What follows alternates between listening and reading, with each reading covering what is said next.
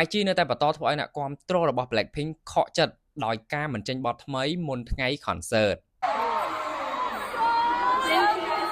ស្វាគមន៍អ្នកនរគ្នាមកកាន់ហៅហុងថកដែលនៅក្នុងថ្ងៃនេះខ្ញុំនឹងទៅនិយាយអំពីផលិតកម្ម YG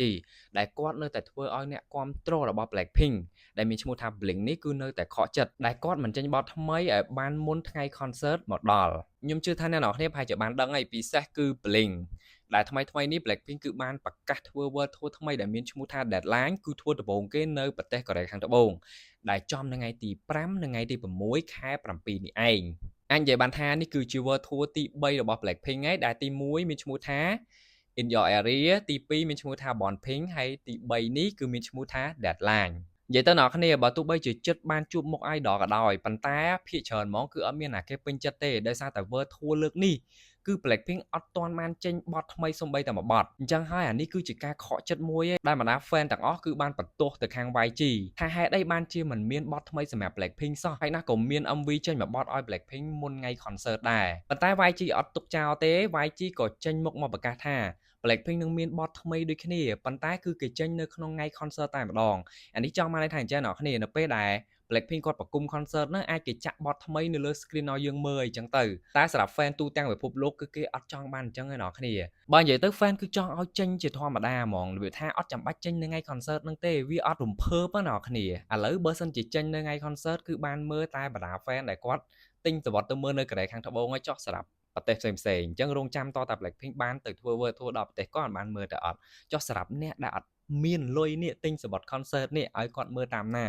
មើលអាតាមគេថតតិចៗហ្នឹងមិនមែននិយាយទៅវាអត់និយាយទៅគឺនៅតែអត់សុបាយរហូតមកដល់ឥឡូវនេះគឺរយៈពេល3ឆ្នាំហើយដែល Blackpink អត់ទាន់បានចេញបទថ្មីសូម្បីតែមួយបទដែលបទចុងក្រោយនោះគឺជាបទ Shut Down អញ្ចឹងអ្នកនេះគិតមើលថាតើ fan នេះគឺគេរងចាំទន្ទឹងប៉ុណ្ណា3ឆ្នាំណាអ្នកគ្នាមិនមែន3អាទិត្យ3ខែណាបន្ទាប់ពីមានការខកចិត្តពី fan ហើយគឺថាមាន fan មួយចំនួនគាត់បានទៅធ្វើបាតកម្មដូចថា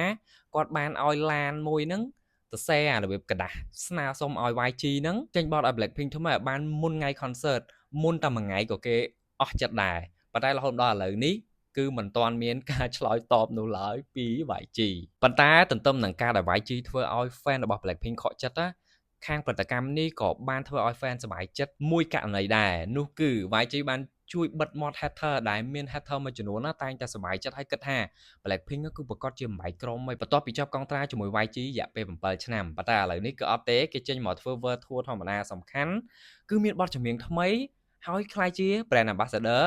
នៃផលិតផលថ្មីទៀតវ៉ាវគឺថាឥឡូវនេះកាន់តែគៀកថ្ងៃមែនតើអីចង់នឹងថាចាំមើលសមាជិកទាំង4នាក់របស់ Blackpink គាត់យកបទ solo របស់គាត់ដែលចេញនៅក្រៅផលិតកម្ម YG មកច្រៀងនៅក្នុង World Tour របស់ខ្លួនដែល World Tour ហ្នឹងគឺជា World Tour ជាក្រុមឯងហើយចង់នឹងថាតើ YG គាត់យល់ព្រមឲ្យសមាជិកយកបទខ្លួនឯងមកច្រៀងអត់ឬក៏សមាជិកជាអ្នកមិនព្រមដោយខ្លួនឯងបើសម្រាប់ខ្ញុំគឺខ្ញុំចង់ឲ្យពួកគាត់ច្រៀងមែនតើពិសេសគឺបទ APT របស់ Rose ណោះនេះគឺធានាថាដឹងតសុបាយពេញមក concert ហ្នឹងហ្មងអញ្ចឹង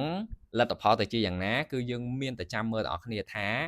មិនអូខេវីដេអូរបស់ខ្ញុំគឺចប់ត្រឹមនេះហើយបើសិនជាអ្នកនរគ្នាចង់ឲ្យខ្ញុំនិយាយពីប្រធានបទអីទៀតអ្នកនរគ្នាក៏អាច comment នៅខាងក្រោមបានដូចគ្នា